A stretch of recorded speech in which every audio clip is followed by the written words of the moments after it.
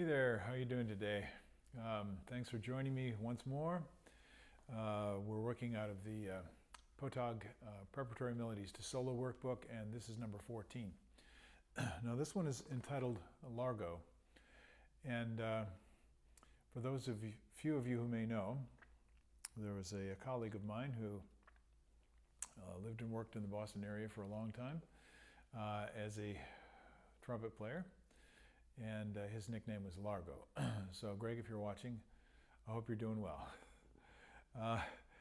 This tune, when I first saw it, when I first was playing through it, I thought, oh, well, that would be beautiful on a cornet.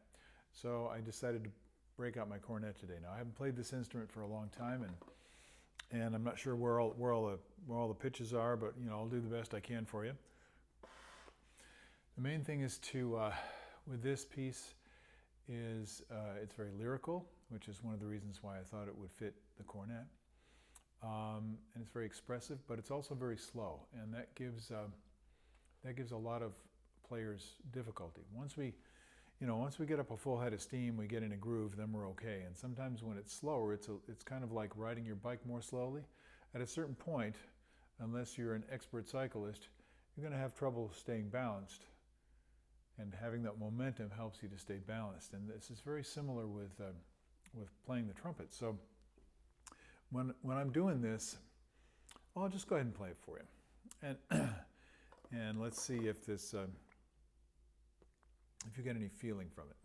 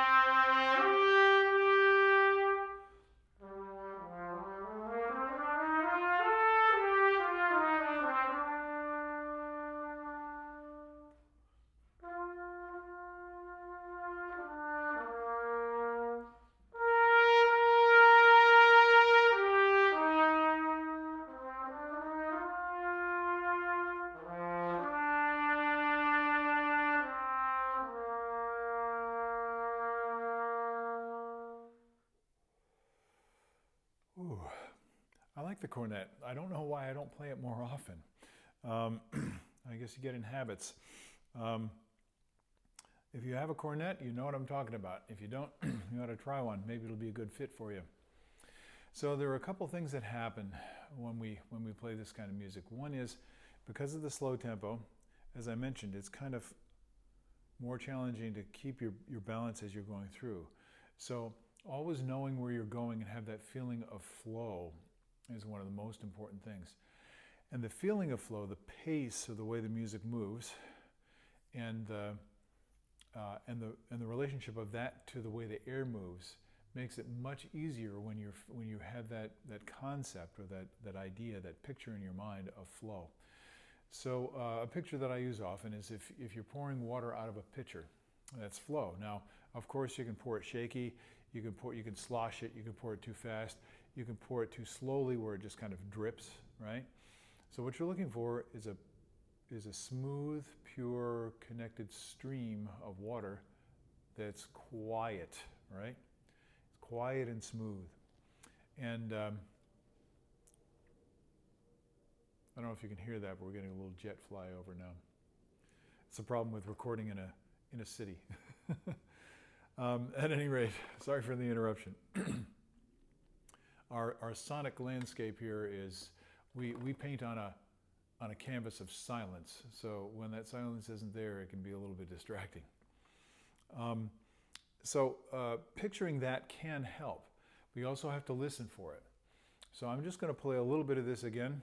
And I hope you heard it the first time, but something that gets in the way of that flow is, or something that kind of gets mixed up, in the process of getting that fluid lyrical style is, especially when we're playing very slowly. I'll go ahead and do this again.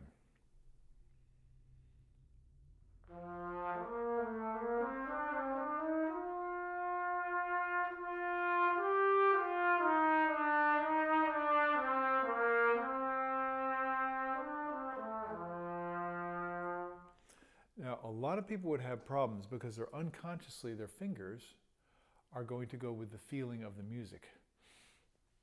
In other words, the fingers will start to be somewhat lugubrious, kind of too slow. And the fingers should always move lightly, gracefully, quickly, definitely. And that doesn't fit the character of the music. And it doesn't fit your concept of fluid. So I hear this, I notice it in my students over and over again. And it's one of those things that you have to just train yourself, that the fingers are always, now they don't have to be, you know, harsh, and you don't have to be aggressive, but they do have to be quick, because otherwise,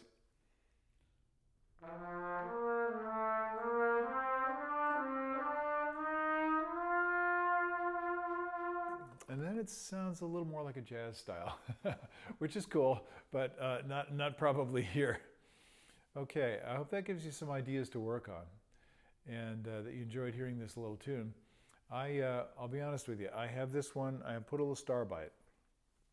And if you've watched some of these episodes, I may have mentioned before that when I have an etude book, or if I'm working on excerpts or I'm working on solos, there are certain passages that might present problems in terms of the skills necessary to play them really well.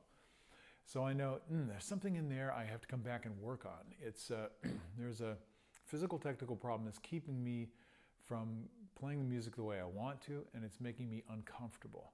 So there's something in there I can learn from these things. So I put a little star there, and that means go back and practice that. When you get a chance, go back and practice it. Or another great idea is, if you have something like that, as long as it's not too complex or too difficult, if you have a little passage, an exercise, part of a solo, anything that you're working on that is that you think you can improve, it's not so far beyond you that you're just spinning your wheels. But if you have a little traction and you think you can improve it, then I strongly recommend that you put that on your practice agenda. So after you've done your warm-up and you kind of dialed in your breath skills, embouchure skills, tongue skills, finger skills, etc., and you're feeling pretty good, go back to that passage and very slowly take it apart and see if you can figure out what is causing the problem. That's how you're going to make progress on the instrument. And that's really what these little tunes are for. They help us to recognize, oh, I have trouble doing that, or that doesn't sound good, or that feels awkward. And so that opens the door to discovering what it is. So thanks for listening again today. And if you want to, go ahead and rewind the video and find the part where I'm playing and listen to it again. And of course, I haven't heard it yet, so I hope it's okay. I hope you enjoy it. I'll see you later on down the road. Have a good day. Bye-bye.